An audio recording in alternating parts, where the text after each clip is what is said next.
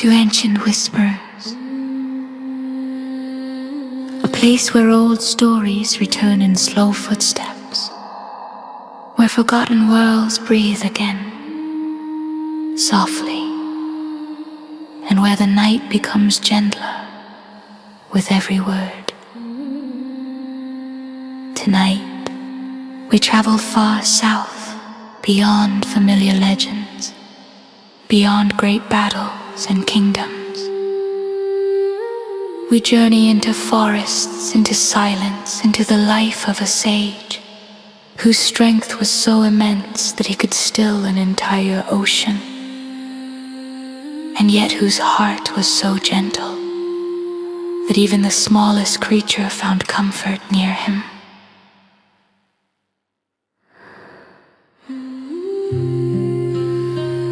This is the story of Agastya. Close your eyes, breathe slowly, and let the ancient world begin. Long before maps claimed the borders of the land, when forests still touched the edges of the sky, there lived a sage whose presence could calm storms. Agastya, short in height, quiet in manner, but carrying a depth that no mountain could match. Even in childhood he was different. While other young sages in training debated scriptures, Agastya listened. While others boasted of discipline, he observed.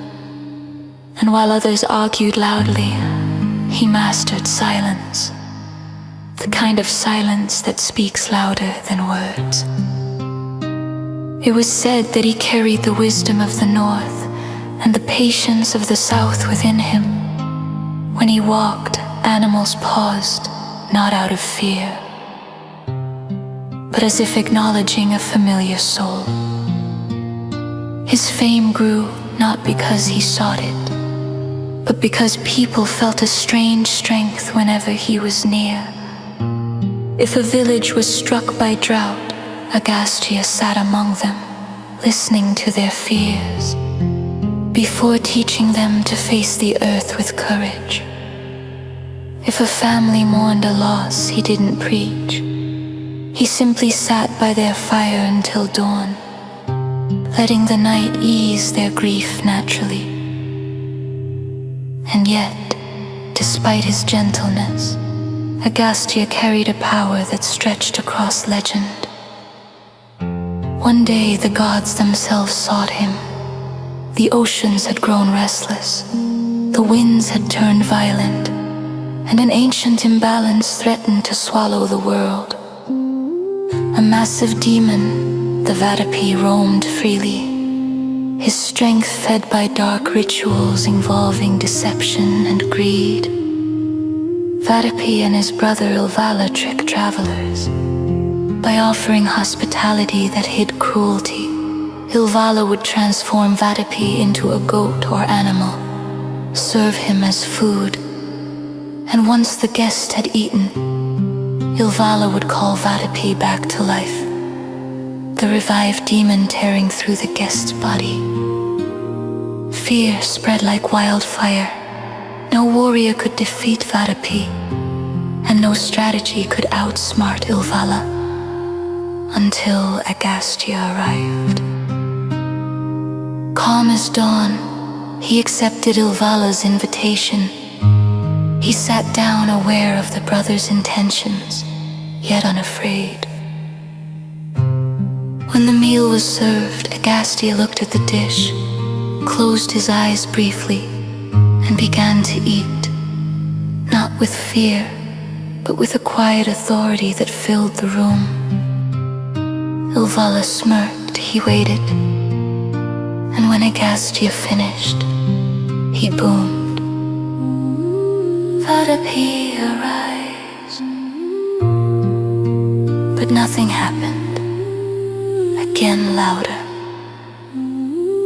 "Vadapi, arise." Still nothing. Because Agastya had digested him fully, effortlessly. with the quiet power of a sage whose energy could transform even the darkest forces. Ilvala trembled in fear. Agastya simply looked at him with calm eyes and said, "Let deceit end here." And so it did. Yet this was only one of his many journeys. Another time, as he walked southward, he saw the great ocean rising high, its waves crashing wildly, its fury unchecked. The gods explained that a terrible imbalance had formed. The land in the south was sinking, and the ocean was threatening to swallow it. Agastya looked at the vast waters and did something no one expected. He simply drank, with one long, steady breath. He drank the entire ocean, not with violence, not with chaos, but with the quiet energy of a sage restoring balance. Land reappeared, creatures emerged safely. The world sighed in relief. And once harmony returned, Agastya released the waters gently, allowing the ocean to settle back into its rightful place. But what made Agastya extraordinary was not his miracles. It was his humanity. He founded entire settlements in the far south, teaching villagers farming, medicine, harmony with nature. He taught language, the shaping of words, the rhythm of speech. Some legends say he helped lay the foundation of the Tamil language itself. Children adored him. Elders trusted him. Travelers felt safe around him. Even his wife, Lopamudra, was not a shadow behind his greatness, but a partner who shaped his path. She reminded him to care for his own needs, to balance renunciation with responsibility. They say that when he meditated deeply, she placed flowers around him, so that when he opened his eyes, the world looked a little softer. Agastya never ruled a kingdom. He never sought disciples. He never amassed wealth or power. His greatness was quieter, the kind that doesn't declare itself but lives gently inside every action.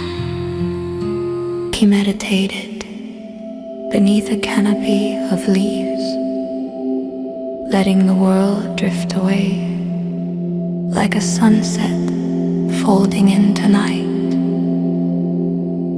Even today, his stories survive not because of grandeur, but because of grace. He didn't conquer, he didn't demand worship. He simply healed the world whenever it forgot its balance. And perhaps that is his real legacy, that true strength is quiet, true wisdom is gentle, and true power does not shout. It simply restores. Thank you for listening to Ancient Whispers.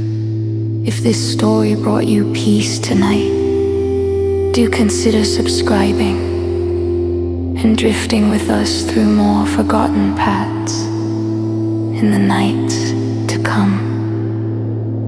Until then, sleep easy, and may the calm of Agastya rest beside you.